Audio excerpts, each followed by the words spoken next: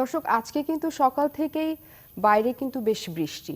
বৃষ্টি মানেই কিন্তু সুন্দর, এবং আজকে আমাদের স্টুডিওতেও বৃষ্টির মতো সুন্দর দুজন গেস্ট আছেন। তাদেরকে নিয়েই শুরু করছি ফ্রেশ প্রিমিয়ামটি তারকা কথন অনুষ্ঠান। দেখে আসে আমাদের সঙ্গে আজকে কারা আছেন। আমাদের সঙ্গে আছেন সঙ্গীত শিল্পী মুত্তাকি হাসিব, এবং আছেন মডেল অভিনেত্রী রাহা তানহা খান। দুজনকেই অভিনন্দন, অনেক অনেক ওয়েলকাম জানাচ্ছি। গল্প করব আজকে প্রচুর, তার আগে একটু দেখে আসি। দর্শক, এই যে করোনা কালে আমাদের সবচেয়ে বেশি ফ্রন্ট লাইনে কাজ করছে কিন্তু আমাদের চিকিৎসকেরা, এবং করোনা রোগীদের সবচেয়ে কাছে যাচ্ছেন আমাদের সদ্য বের হয়ে আসা মেডিকেল অফিসার এবং যারা মেডিকেল অফিসার ছিলেন সিনিয়র তারা। এবং আমাদের সঙ্গে কিন্তু যুক্ত আছেন চিত্রনায়ক জায়েদ খান, তার সঙ্গে আমরা কিছুক্ষণ পরে কথা বলবো। তার আগে আমাদের ইনসেপ্টার বিশেষজ্ঞ চিকিৎসক যারা আছেন তাদের মূল্যবান পরামর্শ এবং অভিজ্ঞতা শুনে আসি।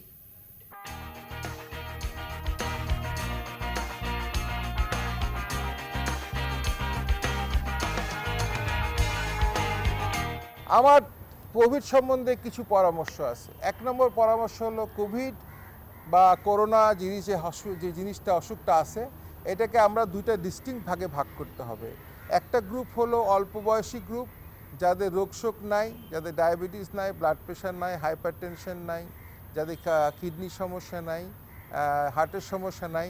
এইটা একটা গ্রুপ। যারা স্মোকার না, যাদের ওবেসিটি নাই, যারা অ্যাজমাতে ভোগে না, এরা একটা গ্রুপ। আর যারা এই জিনিসগুলোতে ভুগে, যারা বয়স্ক, যাদের এই অসুখগুলো আছে, তারা একটা গ্রুপ। যাদের কিছু নাই, অল্প বয়স্ক, তারা যা ইচ্ছা তাই করতে পারে, কিছু আসে যায় না। বেশিরভাগ ক্ষেত্রে এদের অসুখ ধরাই পড়ে না, এবং অল্প ক্ষেত্রে যদি একটা ধরা পড়ে তখন দেখা গেল কি এরা মিনিমাম সাইন সিমটম থাকে। যারা বয়স্ক গ্রুপটা এবং যাদের অন্যান্য অসুখ বিসুখ আছে, তারা যদি হয়, আপনারা 5 থেকে 6 দিন পর্যন্ত আপনার আত্মীয় স্বজন ডাক্তারদের কাছ থেকে পরামর্শ নিয়ে আপনারা চলেন। 6 দিন ক্রস করে গেলে আপনার বিশেষজ্ঞ ডাক্তারের পরামর্শে চলে যান, এবং বিশেষজ্ঞ ডাক্তার আপনাকে স্পষ্ট বলে দিবে যে আপনাকে কি করতে হবে, কি ওষুধ খেতে হবে, আপনি বাসায় বসে চিকিৎসা নিতে পারবেন কিনা, আপনাকে হসপিটালে ভর্তি হতে পারবেন কিনা। এইটাই যখনই আপনার হসপিটালে ভর্তি হতে বলবে, আমাদের একটা বিরাট সমস্যা হচ্ছে এখন এই করোনা টেস্ট করা। যখনই ডাক্তার সাহেবকে ওনাকে হাসপাতালে ভর্তি হতে বলি আমরা, তখনই উনি করে কি, উনি করোনা টেস্ট করতে যান, এবং করোনা টেস্ট করতে যে একদিন দেরি হয়, 2 দিন দেরি হয়, রিপোর্ট পাইতে আরও 2-3 দিন দেরি হয়, 4-5 দিন দেরি হয়। এই 4-5টা দিন, মানে আমি বলছি প্রথম 6 দিনের পরে 4-5টা দিন, এটা অত্যন্ত ভাইটাল সময়, এবং এই সময় এক একটা ঘন্টা is very important for the patient.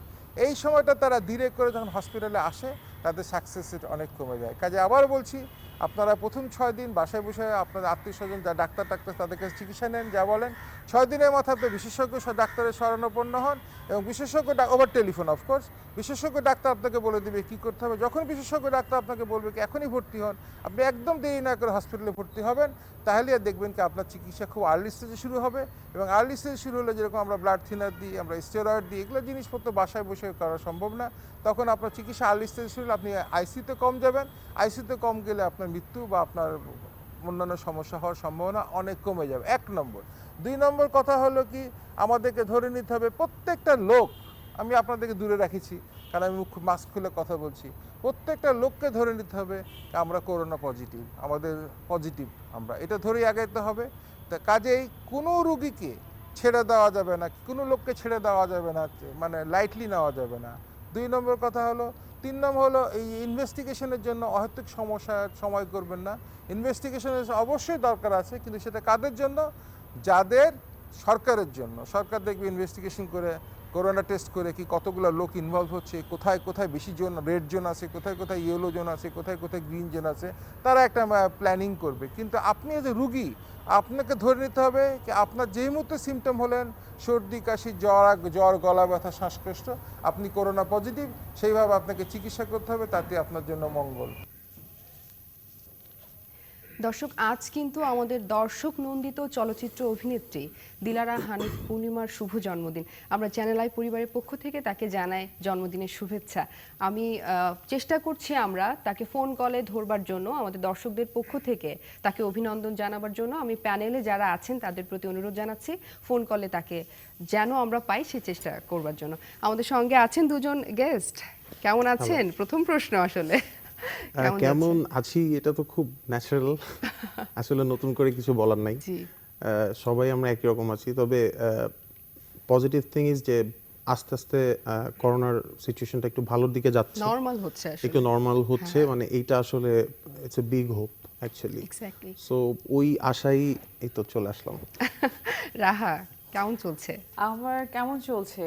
চলছে সবার যেরকম, কোয়ারেন্টাইনে থাকছিলাম, এতদিন ছিলাম, তো এখন লাস্ট উইক থেকে আবার কাজ স্টার্ট করেছি, যে আজকে এখানে আছি। তো কারণ 5 মাসের মতো ছিলাম বাসায়, এতদিন থেকে থেকে অ্যাকচুয়ালি মেন্টালি সিক হয়ে যাচ্ছি আমরা। শারীরিকভাবে হয়তো আমরা ঠিক আছি, এবং আরেকটা জিনিস আমাদের যে প্রবলেমটা হচ্ছে, আমরা যারা মিডিয়া পার্সন, আমাদের কিন্তু একটু নিজেদেরকে ফিট রাখতে হয়, Exactly. সো সেই জায়গা থেকে আমরা জিমে যেতে পারছি না। বাসায় কতটুকু আর ওয়ার্কআউট করা হয়, আর খাবার দাবার বাসায় থাকলে ওইভাবে মেনটেন করা হয় না। মানে বাসার মজার খাবার খাচ্ছে মজার, ওটা হচ্ছে exactly. এরকম আর ব্যাপার। এখন মনে হচ্ছে যে কবে ঠিক হবে, কবে কি হবে, এটা চিন্তা করে অনেক সময় ডায়েট একটু কমিয়ে দিচ্ছি। এর ফলে হচ্ছে কি, আমাদের যদি একবার ওয়েট গেইন আমরা অনেক করে ফেলি, আমি অলরেডি করেছি, তো আরো যদি বেশি করে ফেলি তখন আবার এটাকে এ করা টাফ হয়ে যাবে। একটু tough হয়ে যাবে। হ্যাঁ, সো সেই জায়গা থেকে চেষ্টা করছি মানে যতটুকু নিজেকে সেফ রেখে কাজ করা যায়, কারণ কাজ করতে হবে। আমরা যদি এভাবে মাসের পর মাস, আমরা জানি না যে কবে শেষ হবে, তো এভাবে যদি বসে থাকি, আমাদের সবাই কিন্তু মানে যারা আমাদের যে প্রফেশন মিডিয়া, আমরা কিন্তু সেটার মাধ্যমে আমাদের ইনকাম বলেন সবকিছু সবার জায়গা থেকে। তো সেই জায়গা থেকে আমাদের থেকেও খারাপ অবস্থা যারা প্রোডাকশনে কাজ করছে, যারা ক্যামেরার পেছনে কাজ করে, তো সবকিছু মিলিয়ে এখন আসলে সবাই আমরা কাজ শুরু করেছি। তো সেই জায়গা থেকে আর কি চলছি, একটু একটু কাজ করছি। এখন বাকিটা হচ্ছে আমাদের সব কাজ যদি একসাথে স্টার্ট হয় আমাদের জন্য ভালো। আমরা আসলে আশাবাদী। Exactly. আমরা বোধহয় পূর্ণিমা আপুকে লাইনে ধরতে পেরেছি। ওকে, শুভ জন্মদিন। হ্যালো, শুভ জন্মদিন আপু, চ্যানেল আই পরিবারের পক্ষ থেকে অনেক অনেক শুভেচ্ছা। অনেক ধন্যবাদ। আপু আপনি কেমন আছেন? আমি আছি আলহামদুলিল্লাহ ভালো। আপনাকে আজকে ফোনে পেয়ে আমরা অনেক উচ্ছ্বসিত। আমাদের স্টুডিওতেও গেস্ট আছেন দুজন, আমাদের হ্যাপি সবার পক্ষ বার্থডে থেকে। আপু। হ্যাপি বার্থডে আপু। Thank you. আপু আপনার সিনেমার একটি অংশ আমরা দেখব, এবং আমাদের সঙ্গে কিন্তু জায়েদ খান আছেন, চিত্রনায়ক জায়েদ খান এফডিসি থেকে আছেন। আমরা তাকে ধরবার চেষ্টা করছি, আপনাকে উইশ করবেন তিনি। আপনি আসলে কেমন কাটাচ্ছেন, বাসায় সময় কাটাচ্ছেন কিভাবে? বাসায় আসলে কোয়ারেন্টাইনে যেভাবে থাকা দরকার ওরকম ভাবেই আছি। আমি গত 4 মাসে বেরি হইনি, সত্যি কথা বলতে। আচ্ছা। আর এই তো বাচ্চাকে সময় দিচ্ছি, কাজ করছি, বাসায় টুকটাক যা করার এই। জি আপু, এবারের জন্মদিনটা আসলে কেমন যাচ্ছে? কারণ প্রতিবারের মতো তো এবার না। এবারে জন্মদিনও আমি বলবো আলহামদুলিল্লাহ খুবই ভালো যাচ্ছি, কারণ প্রতিবার সব একই মানুষ, পরিচিত মানুষ যেভাবে আমাকে দোয়া করার, উইশ করার সেম ভাবেই করছি। আমি কোনো কমতি দেখছি না, কারণ গতকাল থেকে আমার বাসায় কেক চলে আসছে, আজকে অনেক কেক, অনেক ফুল চলে আসছে, গিফট চলে আসছে। তা আমার কাছে মনে হচ্ছে না আমি কোনো মানে কোয়ারেন্টাইন বা করোনা কালে বা লকডাউন অবস্থায় আছি। জি আপু, আমাদের দর্শকদের পক্ষ থেকে একটি প্রশ্ন ছিল, আপনি অনুমতি দিলে আমি প্রশ্নটি করতে চাই। হ্যাঁ হ্যাঁ অবশ্যই। মোস্তফা কামাল রাজ পরিচালিত একটি সিনেমা আরফিন শুভ বিপরীতে ছিলেন আপনার, সেটি রিলিজ পায়নি। জি, ছায়াছবি নামের যে চলচ্চিত্রটি আসলে রিলিজ কেন পায়নি? গতদিন এসেছিলেন মোস্তফা কামাল রাজ আমাদের সঙ্গে, কথা বলেছেন, তিনি আসলে ব্যাপারটি নিয়ে ব্যাখ্যা করতে চাননি। আপনি যদি বলতেন আমাদেরকে আসলে বিষয়টি কেন মুক্তি পায়নি সিনেমাটি। এই প্রশ্ন না আমারও, আমাকে এই উত্তরটা কে দেবে? আচ্ছা। জি আপু, আমরা জায়েদ খানের সঙ্গে কথা বলতে চাই, আপনি একটু লাইনে থাকবেন আমাদের সঙ্গে। জি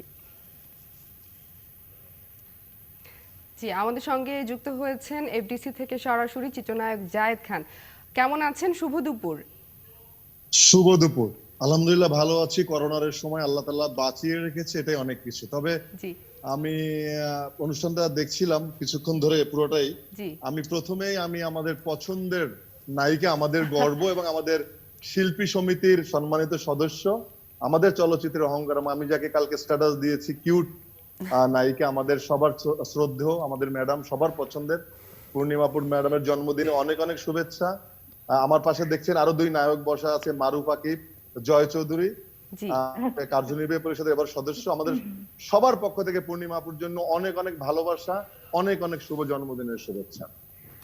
অনেক অনেক ধন্যবাদ জায়েদ খান, এবং আপনার আশেপাশে যারা আছে তাদেরকেও ধন্যবাদ। আমার জন্মদিনের এটাই সবচেয়ে বড় উপহার যে আপনারা আমাকে উইশ করেন, আমাকে মনে রাখেন, এটাই আমার জন্য অনেক বড় ব্লেসিং। আমরা মনে কেন রাখবো না? আপনি, আবারও বলি, আপনি আমাদের অহংকার, আমাদের বাংলা চলচ্চিত্রের অহংকার। আমরা সবসময় আপনার পাশে ছিলাম, আছি এবং ভবিষ্যতেও থাকবো। আপনাদের দেখানো পথেই আমরা হাঁটবো ইনশাল্লাহ। আর আপনাদের এই সুন্দর সুন্দর কাজ উপহার চাই, এবং শিল্পী সমিতি গর্বিত আপনাদের মতো মানুষ শিল্পী সমিতির সদস্য আছে বলে। অনেক অনেক ধন্যবাদ। চ্যানেল আই পরিবারের পক্ষ থেকে আপু আপনার জন্য আরো একবার জন্মদিনের শুভেচ্ছা। অনেক ভালো থাকুন। আমরা সামনাসামনি আপনার সঙ্গে আড্ডা দিতে চাই। সে পর্যন্ত অনেক সুস্থ থাকুন, ভালো থাকুন, জন্মদিন ভালো কাটুক। আপনার চলচ্চিত্রের একটি অংশবিশেষ আমরা দেখে আসতে চাই, ইমপ্রেস টেলিফিল্মের চলচ্চিত্র শাস্তি।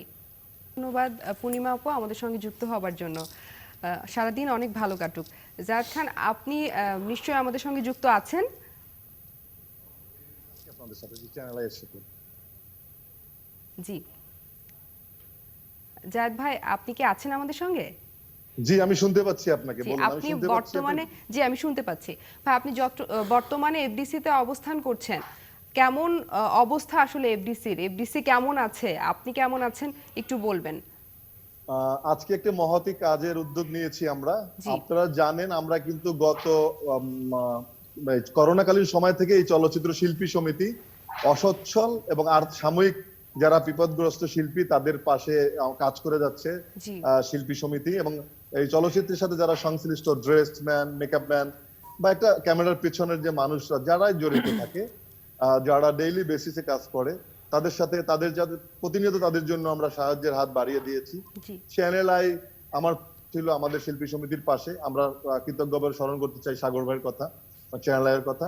তো আজকেও তার ব্যতিক্রম না। আজকে আমাদের শিল্পী সমিতির আরেক সদস্য সিআইপি অনন্ত জলিল সাহেব এবং স্ত্রী বা আরেক নায়িকা বর্ষা ম্যাডাম, ওনারা আসবেন। এবং আমরা শিল্পী সমিতির পক্ষ থেকে আজকে প্রায় 200 অসচ্ছল শিল্পীকে আমরা ঈদের খাদ্য সামগ্রী দিব। তারই ধারাবাহিকতা আজকে দেখছেন আমার কার্যনির্বাহী পরিষদ আমার পাশে জয় চৌধুরী চিত্রনায়ক, মারুফ আকিব বসে আছেন আমার বড় ভাই। তো এরা আমরা সমস্ত, সুব্রতদা আছেন, আমরা আরো সবাই, আমাদের মিশা ভাইও আসতেছেন আমাদের সভাপতি, এবং মধ্যে অনন্ত জলিল ভাই এবং বর্ষা ম্যাডাম এসে উপস্থিত হবেন। তো আমরা এখানে অসচ্ছল শিল্পীরা আসছেন, বা এখানে শিল্পের সাথে জড়িত যারা তারা আসছেন। আমরা কিন্তু এই কার্যক্রম অব্যাহত রেখেছি এবং কথা দিয়েছিলাম যে যতদিন এই করোনা মহামারী থাকবে আমরা শিল্পী সমিতি এই কার্যক্রম অব্যাহত রাখবো। আমরা কিন্তু অলরেডি 8মবারের মতো দিয়েছি, আজকে একটা 9মবারের মতো হবে। আমরা কিন্তু প্রতিনিয়তই কিন্তু এই যারা সিনেমা হল বন্ধ, তারপর যারা আসলে প্রতিনিয়ত কাজ করে, আমাদের যারা লিডিং রোল করে যেসব শিল্পীরা, এরকম হয়তো 50 বা 100 ভালো আছে, কিন্তু ব্যাট বিহাইন্ড দ্য ক্যামেরা, ড্রেসের যে ছেলেটা ড্রেস পড়ায়, মেকআপের যে ছেলেটা মেকআপ নেওয়া, এরকম প্রায় অনেক মানুষ এটার সাথে খুব খারাপ অবস্থায় আছে।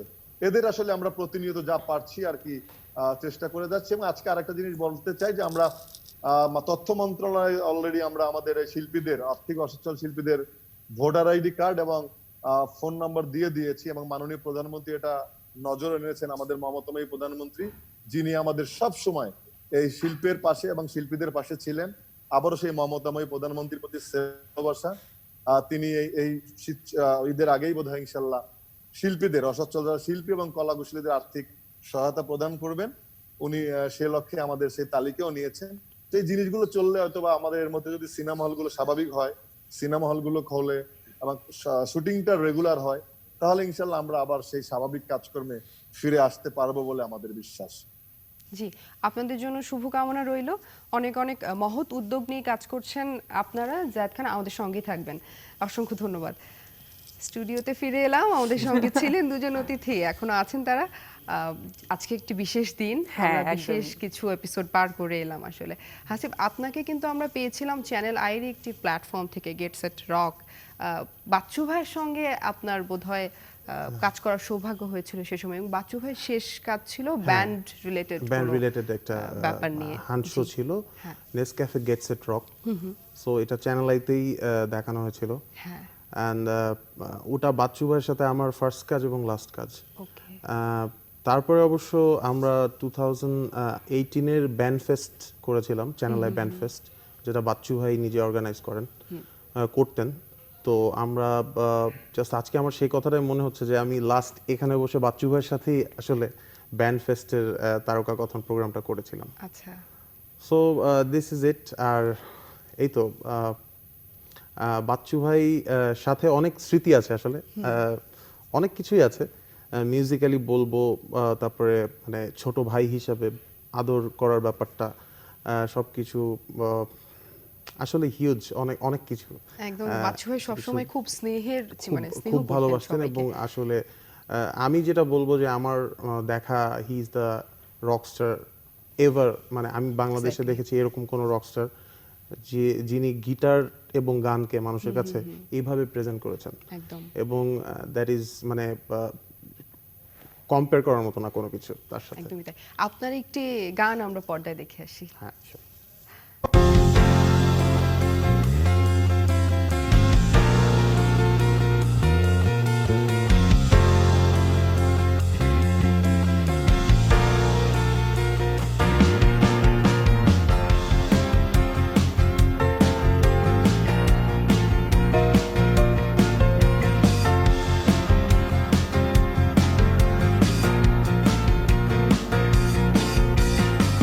ভাঙা গড়া আলাপনে যায় কেটে বেলা, শহর জুড়ে বিষণ্ণ রোদ, ভাঙা গড়া খেলা।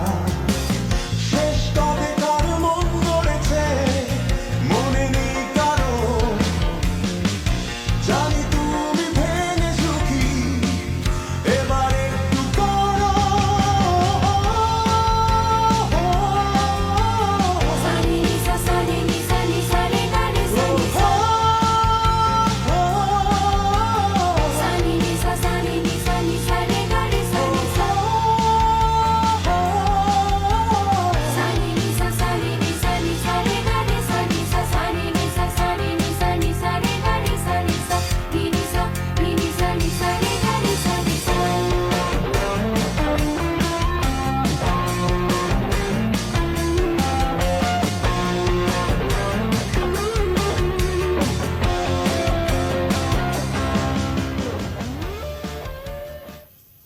বাহ, চমৎকার।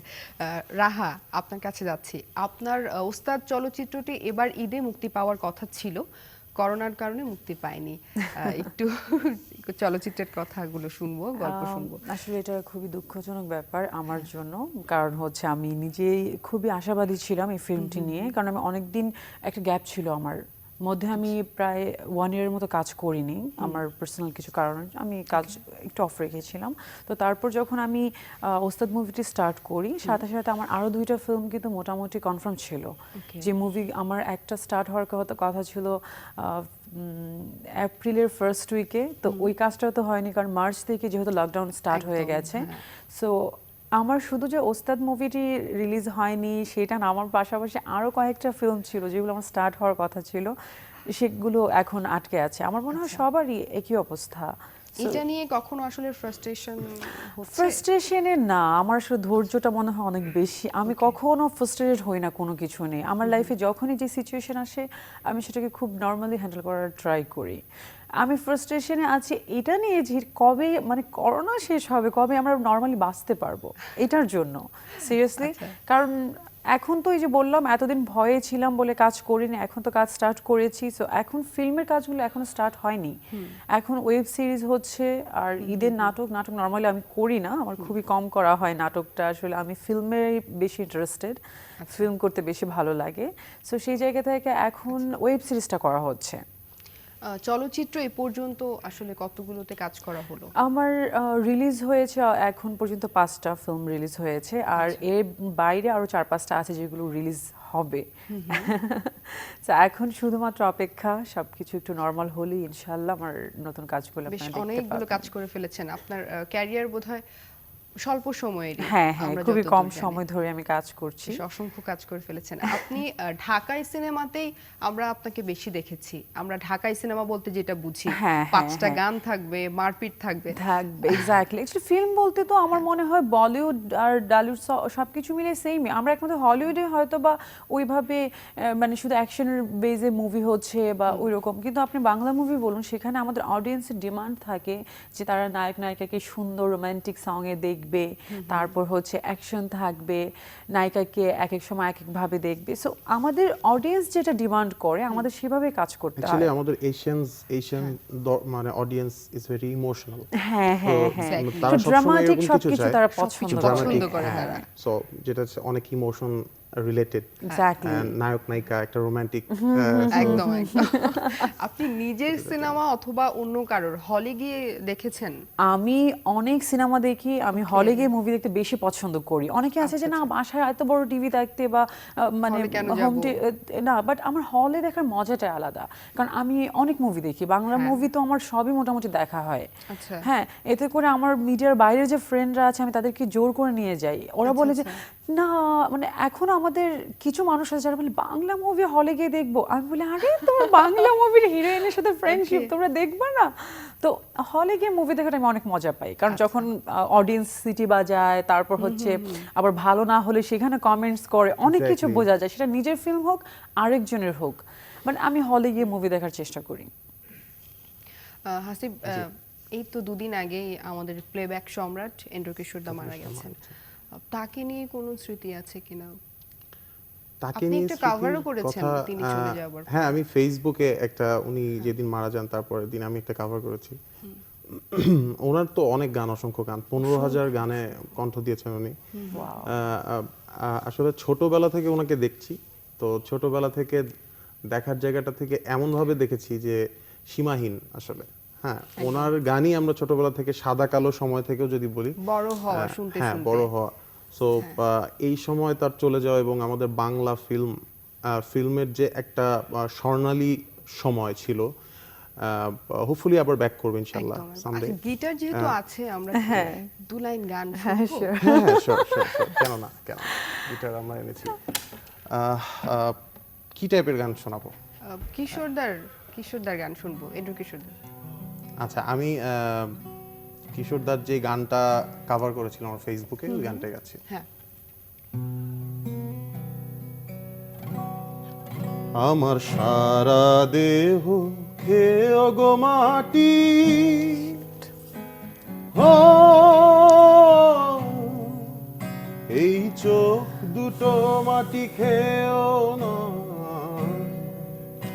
আমি মরে গেলেও তার দেখার স্বাদ মিটবে না গো, মিটবে না। তারে এক জনমে ভালোবেসে ভরবে না মন, ভরবে না। আমার সারা দেহ খেয়ে গো মাটি, ও ওরে ইচ্ছে করে বুকের ভেতর লুকিয়ে রাখি তারে, ওরে ইচ্ছে করে বুকের ভেতর লুকিয়ে রাখি তারে, যেন না পারে সে যেতে আমার কোনোদিনও ছেড়ে। আমি জগতে তারে ছাড়া থাকবো না গো, থাকবো না। তারে এক জনমে ভালোবেসে ভরবে না মন, ভরবে না। আমার সারা দেহ খেয়ে গো মাটি, ও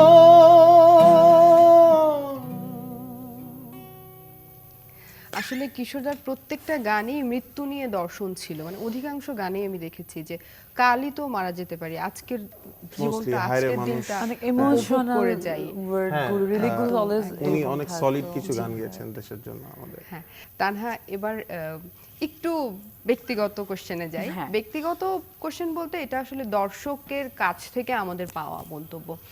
অনেক দর্শক বলে থাকেন যে রাহা আপনার কাছ থেকে তারা যতটা এক্সপেক্ট করে ততটা পাননি।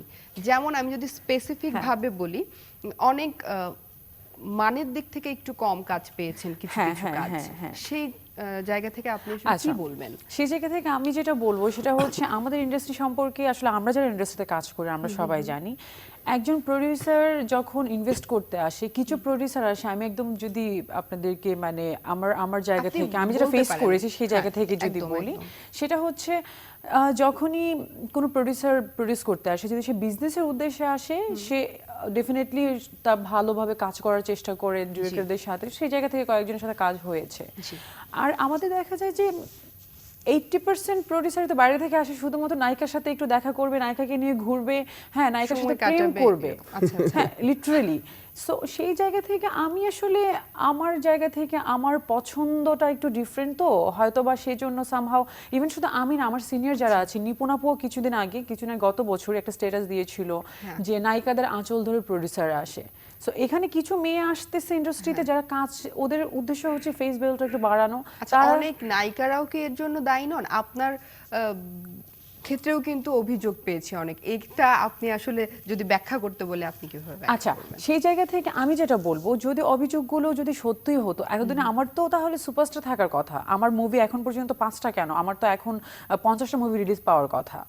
আচ্ছা। কারণ হচ্ছে ইন্ডাস্ট্রি যারা প্রডিউস করে তারা হয়তো বা তাদের যাকে গার্লফ্রেন্ড বানায়, গার্লফ্রেন্ডের পেছনে ইনভেস্ট করে, সে বাইরের একটা মেয়ের পেছনে কেন ইনভেস্ট করবে?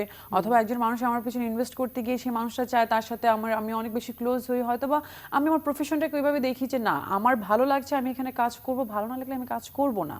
আমি অলওয়েজ আমার ভালো লাগাটাকে প্রায়োরিটি দিই, because I love my self. যখন আপনি আপনাকে পছন্দ করবেন, আপনার পছন্দের বাইরে কোনো কিছু আপনি করতে পারবেন না।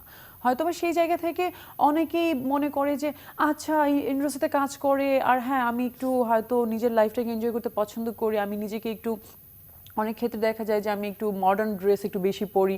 সো আমাদের কিছু অডিয়েন্স আছে এবং কিছু মানুষজন আছে যারা হয়তো বা এটাকে একটু নেগেটিভলি নেয় যে হ্যাঁ এইভাবে চলাফেরা করে তাহলে কি সে ভালো হলে তো ঘরে বসে থাকতো, পর্দা করতো।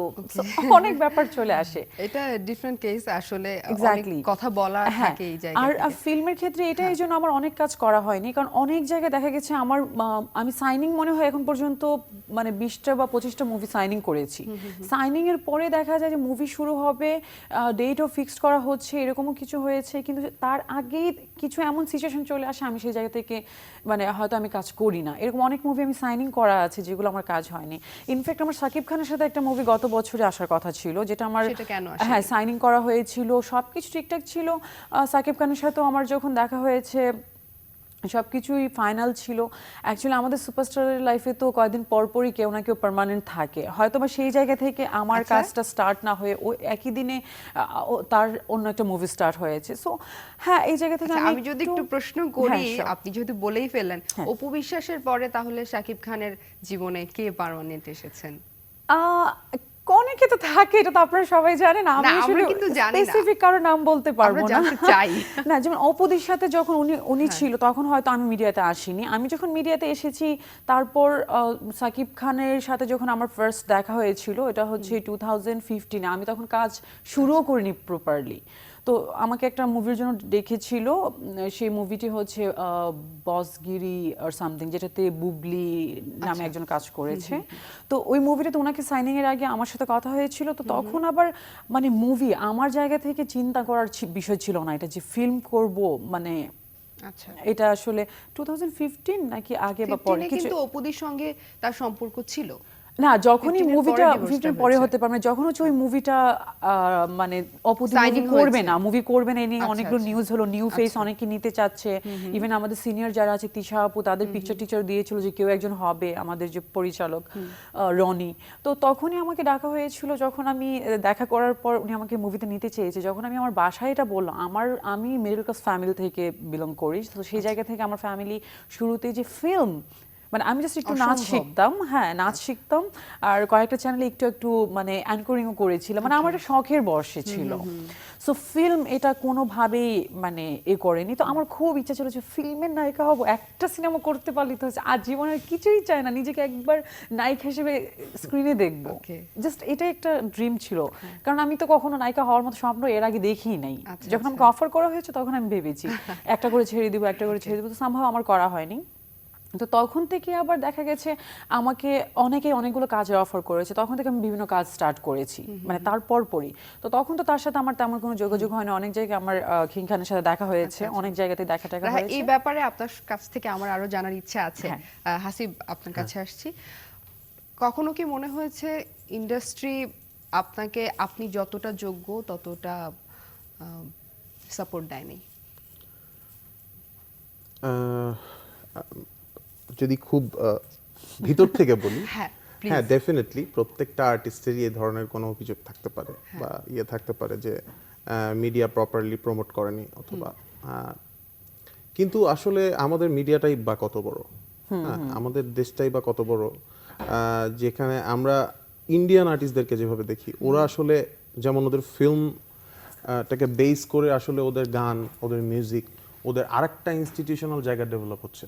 কিন্তু আমাদের এখানে তো আসলে সবাই যে ফিল্মে গান করছে নট দ্যাট, হ্যাঁ, ফিল্মের জন্য স্পেসিফিক কিছু আর্টিস্ট আছে, কলাকুশলী আছে, এবং তাছাড়া ফ্রিল্যান্স আসলে অনেকেই মিউজিক করছে।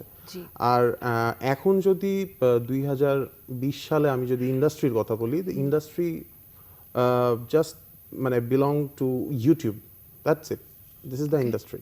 সো অনলাইনে আমরা যা করছি, আমরা পার্সোনালি যদি আমাদের একটা ইউটিউব চ্যানেল করি এবং সেখানে গান দিতে থাকি, সেখানকার সাবস্ক্রাইবার্স আপনি বাড়তে কিন্তু থাকে। নিজেও প্লেব্যাক করেছেন। হ্যাঁ, আমি এবং playback আপনার করেছি। অসংখ্য হিট গান আছে। হ্যাঁ হ্যাঁ, রাইট অসংখ্য। রাইট। তো সেটাই, ইউটিউব চ্যানেলটা এখন একটা অ্যাসেট হ্যাঁ। প্রত্যেকটা আর্টিস্টের জন্য। তো আসলে যেই প্রশ্নটা আপনি করছিলেন যে এখন ইন্ডাস্ট্রি প্রমোট করছে কি করছে না, এই আক্ষেপটা এখন করে লাভ নেই আচ্ছা, আমার কাছে মনে হয়। বিকজ যে আসলে যার এটা প্যাশন, যার এটা কাজ, যার profession, so he or she will do that. Okay. এবং সে তার ইউটিউবের মাধ্যমে এবং তার অনলাইন প্ল্যাটফর্মসের মাধ্যমে আসলে তারা অনেক কিছু করতে পারে। জি। সো এটা আমাদের কাছে হয়তো একটা আশা যে আমাদের ইন্ডাস্ট্রি সামনে এভাবেই হয়তো ব্লুম করবে একটা সময়, এবং যেভাবে করছে আসলে ওয়ার্ল্ড ওয়াইড যেভাবে করছে, সো আমাদের ইউটিউবের আরো হয়তো কিছু টার্মস অ্যান্ড কন্ডিশনস আসবে টুডে টুমরো, Okay. তখন আরো অর্গানাইজড ওয়েতে এটা ডিস্ট্রিবিউট হবে। আপনাকে যেহেতু সামনে পেয়েছি, আরেকটি গান আমি শুনতে চাই। হ্যাঁ, sure. ইউটিউবের কথা বলছিলেন, হ্যাঁ। ইউটিউবের দর্শকদের জন্য। গান যেটা এখন গাবো, গানটা হচ্ছে যে আমার ফার্স্ট প্লেব্যাক করা, আমি Okay. 2014-এ একটা প্লেব্যাক করেছিলাম। ফিল্মটার নায়ক নায়িকা ছিল শাকিব খান এবং এইমাত্র ববি। বলছিলেন। হ্যাঁ, যার কথা বলছিলেন, শাকিব খান এবং ববি। তো ফিল্মটার নাম ছিল রাজত্ব। হ্যাঁ, nice. পপুলার so- একটা গান হ্যাঁ, কিন্তু। তো রাজত্বতে আমি প্রথম প্লেব্যাক করার সুযোগ পাই। হ্যাঁ। আমি এবং দোলা আমার কো আর্টিস্ট ছিল। It's a duet song. গানটার নাম তুমি ছাড়া। তুমি গানটা কম্পোজ করেছেন অদিত রহমান। অদিত, সবাই is very renowned composer. Let's go.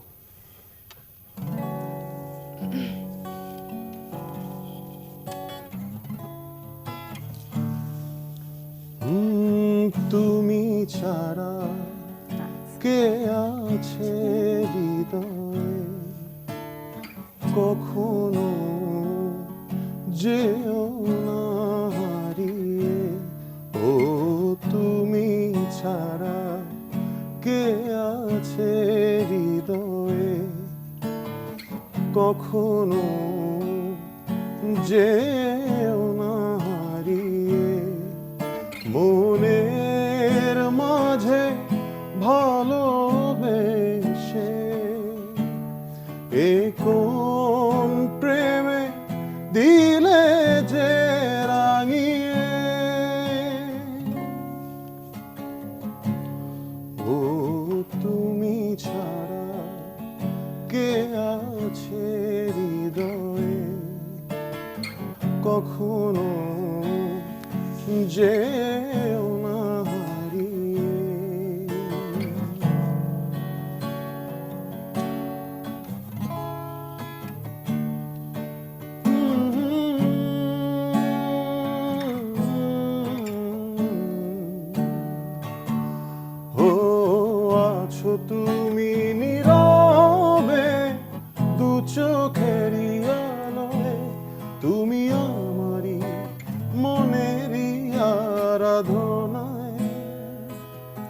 ও আছো তুমি নীরবে দু চোখেরই আলোয়, তুমি আমারই মনেরই আরাধনায়, মনের মাঝে ভালোবেসে এ কোন প্রেমে দিলে যে রাঙিয়ে, ও তুমি ছাড়া কে আছে হৃদয়ে, কখনো যেও না হারিয়ে। ওয়াও আমার ভীষণ প্রিয় একটি গান কিন্তু হ্যাঁ আর ভিডিওটা অনেক বেশি অসংখ্যবার জোস শুনছি। ছিল একদম হ্যাঁ, একদম ভিডিওটা, গ্ল্যামারাস হ্যাঁ, অনেক হ্যাঁ, দর্শকপ্রিয়তা পেয়েছিল Attractive দেখা ছিল যায়। অনেক। এবং এটা কিন্তু অনেক ভাবে বোধহয় পরে করা হয়েছে। হ্যাঁ, পরে এটার বিভিন্ন আনপ্লাগড শোতে ভার্সন, দেখেছি। যেহেতু ফিল্মেরটাতে আমাদের কোনো অ্যাপিয়ারেন্স ছিল না, হ্যাঁ। সো পরে এই গানগুলো যে লেভেল থেকে প্রডিউস করা হয়েছে, ইগল মিউজিক পরে একটা আনপ্লাগড ভার্সন করেছিল আমার আচ্ছা। এবং দোলার একসাথে হ্যাঁ। Duet, so that was a acoustic version. আচ্ছা, দুজনের কাছে আমার একটি শেষ প্রশ্ন আছে, তারপর আমরা চলে যাব এবং অনেক সুন্দর সুন্দর গান কিন্তু আরো চাই, এভাবেই Thank আমাদের you, thank you so much, thank you. দিতে থাকেন, so হ্যাঁ, আমরা শুনতে চাই। ইনশাআল্লাহ। শেষ প্রশ্নটি ছিল যে নিজেকে নিয়ে আসলে এইখানে এসে, ক্যারিয়ারের এখানে এসে কতটা স্যাটিসফাইড আপনারা? প্রথমে হাসিব।